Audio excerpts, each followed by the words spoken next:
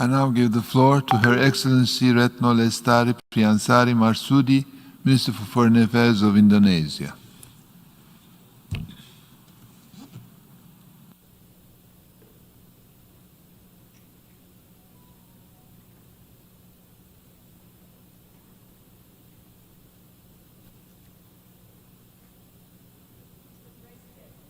Mr. Secretary General,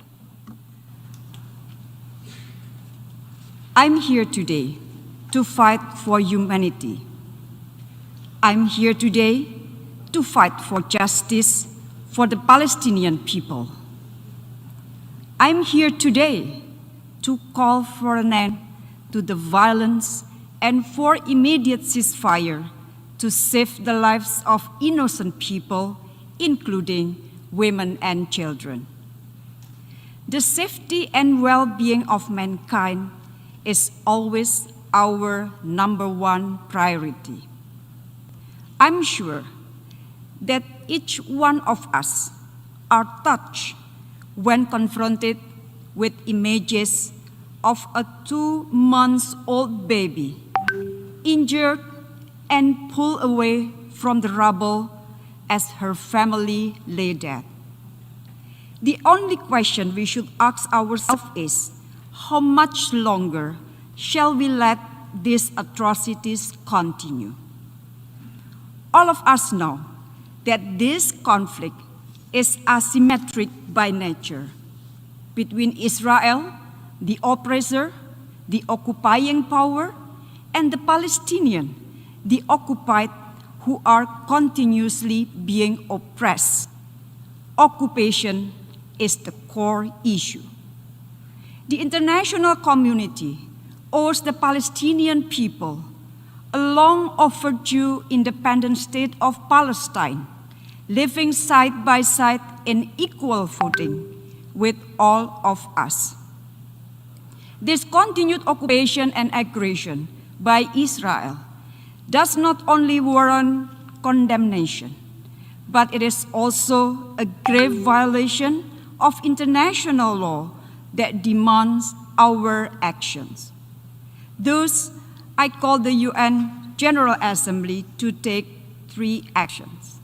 First, stop the violence and military action to prevent further casualties. At the same time, the General Assembly should demand for an immediate, durable, and fully respected ceasefire. All avenues must be exhausted to de-escalate the situation urgently, as we also support continued and relentless effort by the Secretary General. Furthermore, we must be able to prevent future recurrence of the atrocities. In this regard, the General Assembly should call for the establishment of an international presence in Al-Quds to monitor and to ensure the safety of the Palestinian people in the occupied territories and to protect the status of Al-Haram al-Sharif compound, the holy place for 3 religions. Second, to ensure humanitarian access and protection of civilians. Our ultimate responsibility is to save lives. And every minute we spend here deliberating could mean another Palestinian life lost. I call the General Assembly, together with UN agencies and other actors, to step up efforts in providing humanitarian assistance to the affected Palestinian people. It must urge Israel to open and allow access for the delivery of humanitarian aid, including to Gaza, which has been under siege for more than 13 years. Third, pursue a credible multilateral negotiation. Credible negotiation is very important to advance a just and comprehensive peace based on 2-state solution in line with internationally agreed parameters. The General Assembly has moral and political responsibility to ensure that peace negotiations take place. We must put a stop to the systematic efforts by the occupying power that may leave nothing left to be negotiated. We must not allow the Palestinians to have no other choice but to accept injustice for the rest of their life. Therefore, we have to stop this injustice now. We have to continue our support to Palestinians to get their independence and justice. Mr. President, in recent days, during the COVID-19 pandemic, we witnessed the erosion of trust in multilateral institutions. Today, we hold this meeting with one main purpose: to ensure that justice prevails for the Palestinians.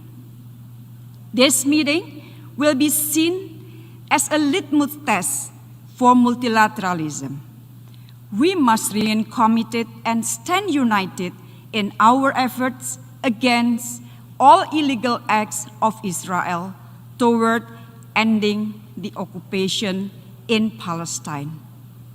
We have to act now together. UN has to act now.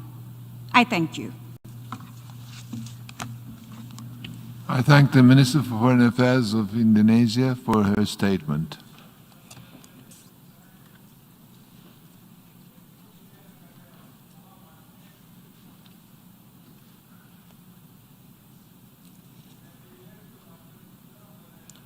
I now give the floor to His Excellency Sheikh Ahmed Nasser Al Mohammed Al Sabah, Minister for Foreign Affairs and Minister of State for Cabinet Affairs of Kuwait.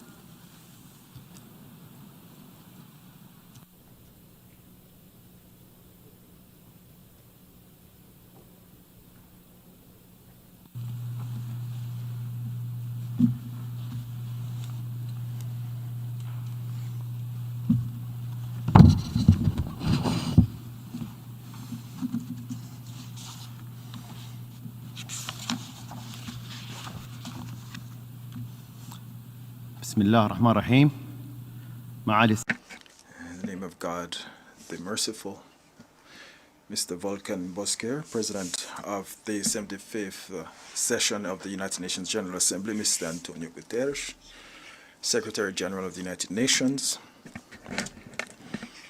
Your Excellencies, ladies and gentlemen, may the peace of God be with you and His blessings. Allow me at the outset to express our appreciation and our gratitude to Mr. Volkan Bozkır, President of the 75th session of the General Assembly, for all his efforts in preparing this important meeting held at the request of two Arab groups and Muslim groups in the light of the violence and aggressive acts taking place in the OPT and East Jerusalem. I wanted to confirm the support of the State of Kuwait for the statement made by the Islamic OIC, Arab group, and the non-aligned group in this meeting, and I'd like to thank the Secretary General for his statement. Mr. President, this month coincides with the 58th anniversary of Kuwait's accession to the United Nations, at a time when we are renewing our commitment and our attachment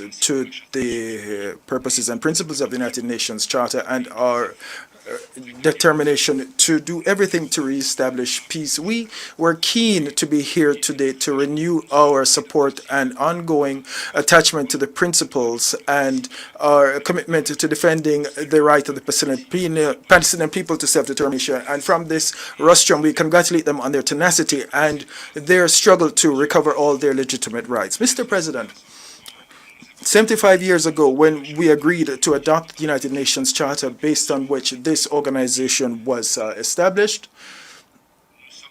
we all promised ourselves to spare future generations the scourge of war and to abide by, respect the rights and dignity of men, and to make sure that peace and international security prevailed. These were the promises we made when we came into this international organization. Now, we are here today in a special meeting dealing with two items on the agenda: the situation in the Middle East and the question of Palestine, when there are serious concerns facing the international community following the dangerous escalation in the OPT, including East Jerusalem, following the Israeli brutal aggression against the lives, property, and holy sites of the people of Palestine.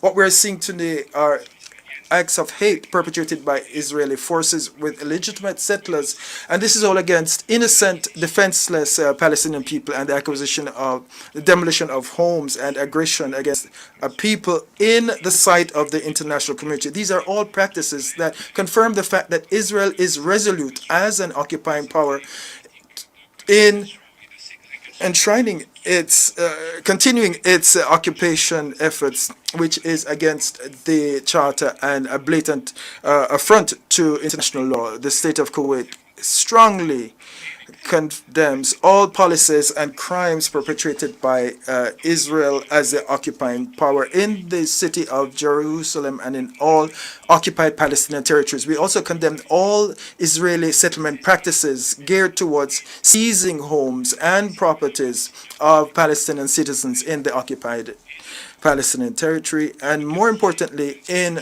the Sheikh Jarrah neighborhood, to violate the holy sites of these people and to forcibly displace them and Judaize the city. Mr. President, the entire world is aware that the Palestinian cause and question is a key issue par excellence for all Arabs and Muslims. East Jerusalem, as the capital of the state of Palestine, will remain an integral part of the occupied Palestinian territory since 1967. The Al-Aqsa compound, which is the third holy site of Islam, is particularly important and has a special status for all Muslims around the world. If we genuinely wish to ensure that we address the main reason behind this recent upsurge of violence in the occupied Palestinian territory, we must confirm and recognize that this is the result of the longest military occupation in the contemporary world, and this is a consequence of Israel's attempts to stoke tensions following the aggressive policies in the holy city in the midst of these holy sites for Muslims, and to appear as victims instead of aggressors. We reject all these attempts by the Israeli occupying forces and any changes that they're trying to effect on this territory. It is very difficult, it's very dangerous to attack the legal principles that have been set up for years. There are over 700 resolutions adopted by the General Assembly since 1981, and there are 86 resolutions adopted by the Security Council since 1967, starting with 242 and other resolutions because of their importance, including 2334 and 478. These confirm the importance of not tampering with the special status of Jerusalem and not taking any measures that can change its nature. The occupying power must abide by its commitments and the private property in the occupied territories. They cannot seize homes, as the settlers are trying to do.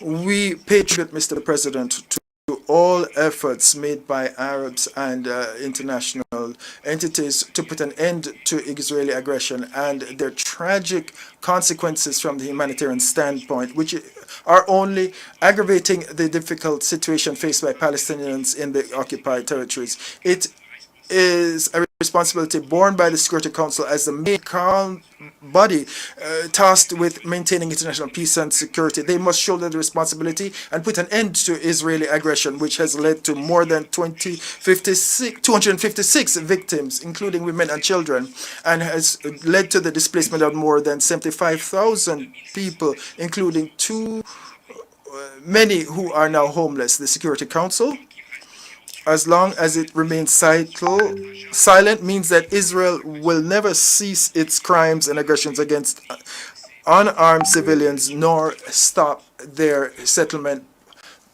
activities. It goes without saying that the lack of attributing responsibility to Israel and holding them,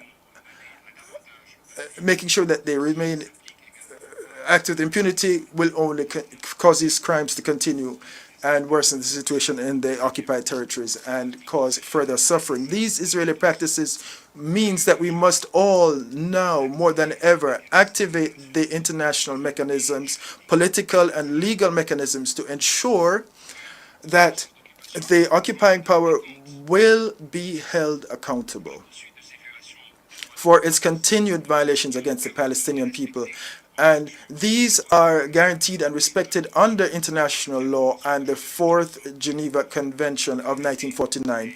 We must put a stop to the murders and killings of civilians and the destruction of homes and buildings, the destruction of property and their acquisition, the acquisition of Palestinian property, in addition to the blockade against Gaza for 14 years now, as well as repeated aggressions against holy sites. By way of conclusion, sir, Kuwait wishes to confirm its support for all efforts by Arab, Islamic, or international efforts to put an end to Israeli aggression and to revive the peace process and negotiations based on internationally agreed principles so that the Palestinian people can recover all their political legitimate rights and build their independent state on their territory with East Jerusalem as their capital, with the lines defined in 1965 and in accordance with international legality and the relevant resolutions of the Security Council, as well as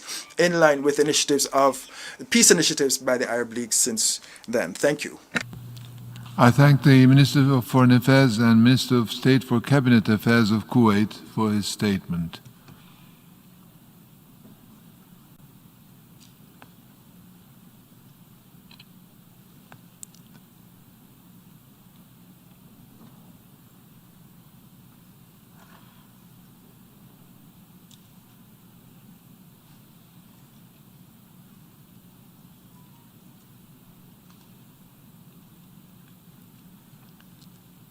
I now give the floor to His Excellency Abdallah Shahid, Minister for Foreign Affairs of Maldives.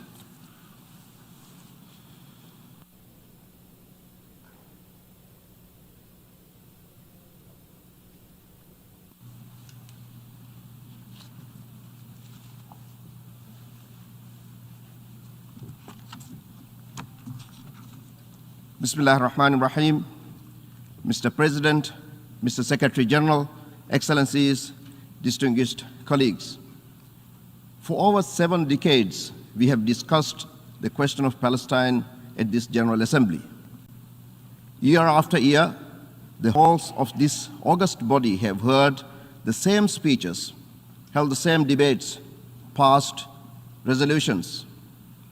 And for over 7 decades, our collective will and resolve to address this issue has failed. Very little has changed on the ground. Generations of Palestinians have lived and continue to live under occupation and oppression. And in the past few weeks, the situation has worsened. Palestinians have been waking up to the sound of bombs, thanking the Almighty Allah for making it yet to another day. They are being attacked in their homes and even on the grounds of the holy Al-Aqsa Mosque. Families are being forced to leave their homes. Innocent people, innocent children are dying. Buildings are crumbling under rocket fire. And all of this during the holy month of Ramadan and Eid al-Fitr. Usually at a time for celebration, family, and kindness. This has reached a predictable certainty. Yet, this is the lived reality for the Palestinian people. This is life under occupation. Mr. President, the Maldivian government and people are gravely concerned over the escalating violence against the Palestinian people in the occupied Palestinian territory, including East Jerusalem and the Gaza Strip. We strongly condemn Israel's violent aggression and the excessive and indiscriminate use of force, especially on civilians and civilian infrastructure, on media personnel and their officers, on UN facilities. We believe that further deterioration of the situation will have serious and far-reaching security implications in the region. Mr. President, the COVID-19 pandemic may have normalized the term isolation globally. But for almost 15 years, over 2 million people in Gaza have been forcibly isolated from the rest of the world. At just 41 kilometers long and 12 kilometers wide, it remains the world's largest open-air prison. There is no safe place in Gaza. The indiscriminate bombings have killed hundreds, displaced tens of thousands, obliterated key infrastructure, including the only COVID-19 testing facility in Gaza. Without an immediate ceasefire, all that will remain is rubble. The violence has further victimized the most vulnerable, women and children. Children, which we in this hall every year commit to protect. The ongoing conflict has taken the lives of far too many Palestinian children. Over the past week alone, over 60 innocent children have been killed and many more injured.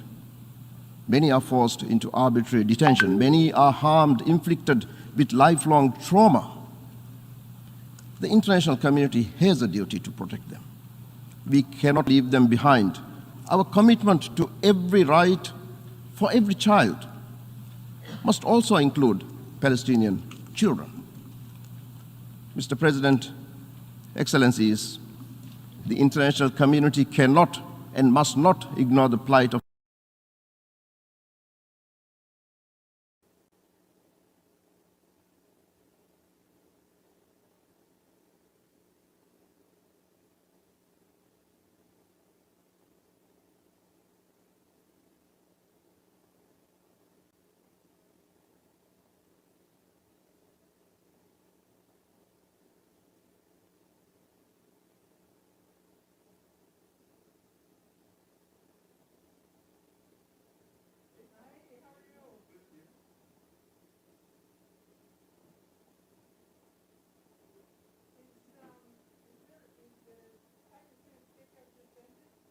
I don't know if it's just ended.